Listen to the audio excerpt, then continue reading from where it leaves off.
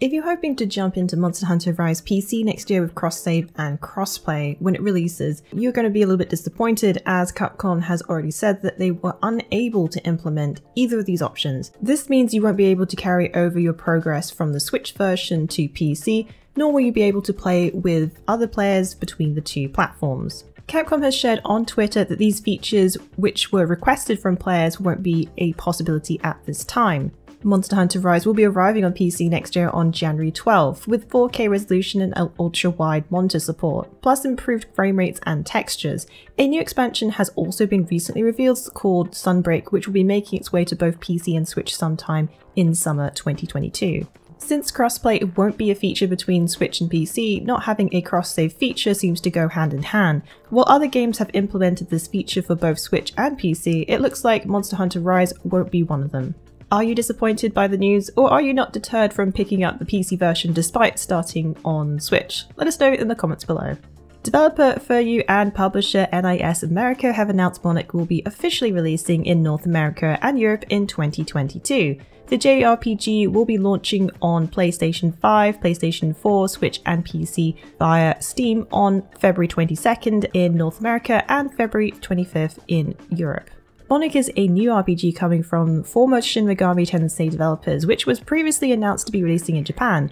Now it gets the confirmed release dates for the international versions. Monark's story follows you as a protagonist who wakes up mysteriously in Shin Mikado Academy, with a barrier separating the campus from the rest of the outside world.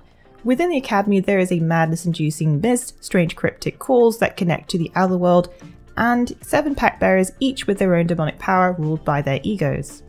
Details have been few and far between for Avowed, Obsidian's next RPG, which was revealed during the Xbox Game Show last year.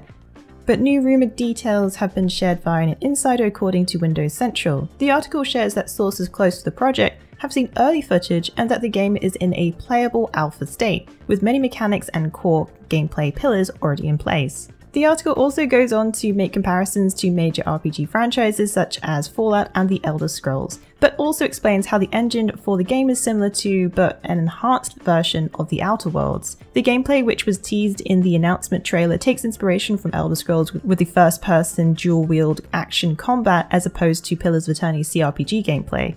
Avowed is set in the Pillars universe though, but will focus more on an action RPG approach. While these rumours have not been confirmed, if they are true, development still seems to be some time away before we will see more of Avowed's gameplay.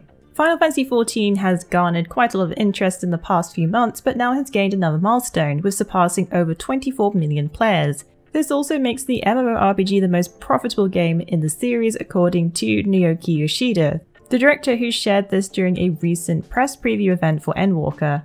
During the digital preview event, Yoshida revealed the player count has reached 24 million, 11 years after the initial release of Final Fantasy XIV.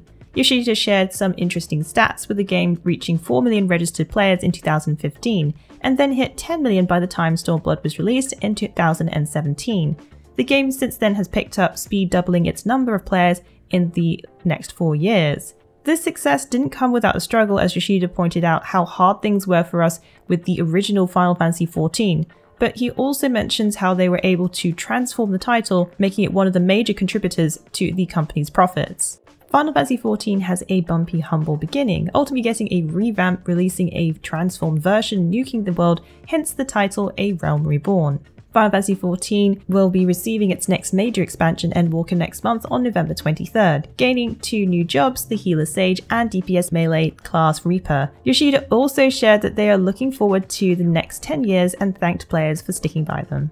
A new patch has been released this week for New World, bringing new bug fixes and concentrating on faction missions. The latest patch notes that New World Update 1.0.2 outlines changes for the game, including another slew of bug fixes for general issues, AI and store fixes. It also concentrates on faction missions, which has now adjusted the rates of influence players gain over time. This means it will require more of an effort to flip a territory, putting it into a conflict state. The post also addresses the preparation for the upcoming server transfer feature. Amazon has shared some details previously about server transfers, including how to transfer a character, which will require a character transfer token, and which worlds you can transfer your character to.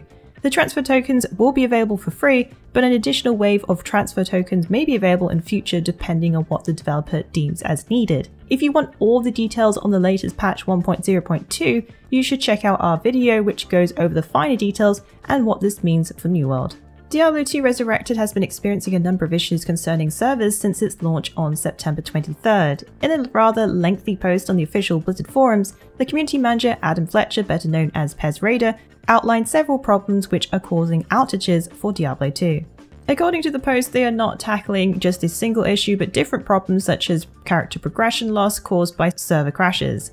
The smaller issues have amounted to a number of solutions needed. One particular issue for Diablo 2's Resurrected is the number of players now logging in, which hit an all-time high, with the player count last week now higher than the launch. One major problem is that Diablo 2 Resurrected has large amounts of game code that are relying on code that was from the original. The legacy code not only affects things such as game creation and joining, but reading character data, game lists, server health, and more. There is also a big difference in player behavior compared to the original release, with many focusing on short farming runs, which means an influx of games being created, frequently in short intervals. Solutions going forward include queue creation, stopping a large number of players from logging in at the same time, and breaking down certain services into their own systems, helping to reduce server load. While undoubtedly fans are frustrated and unhappy with their Diablo 2 Resurrected experience with these problems, hopefully these fixes can alleviate these server issues and get players back into the game with a smoother player experience.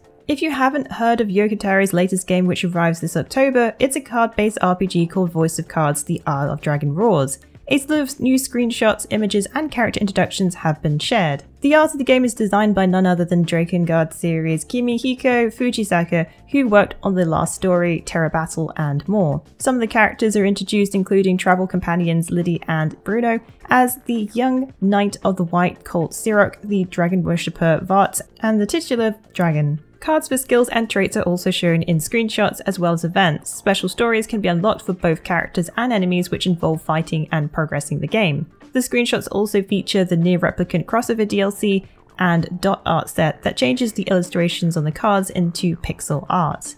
Voice of Cards: The Isle of the Dragon Roars releases on PC, Switch, PlayStation 4 on October 28th. A demo is now available on all platforms.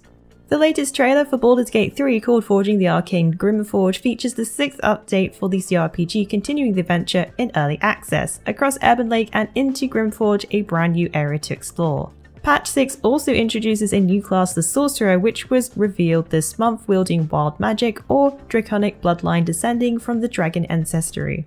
The latest update comes with a number of changes and adjustments as well as a graphical overhaul. The Sorcerer introduces new spells including a Horrific Visage, Chromatic Orb, Cloud of Daggers, Crowd of Madness, and a Large or Reduce.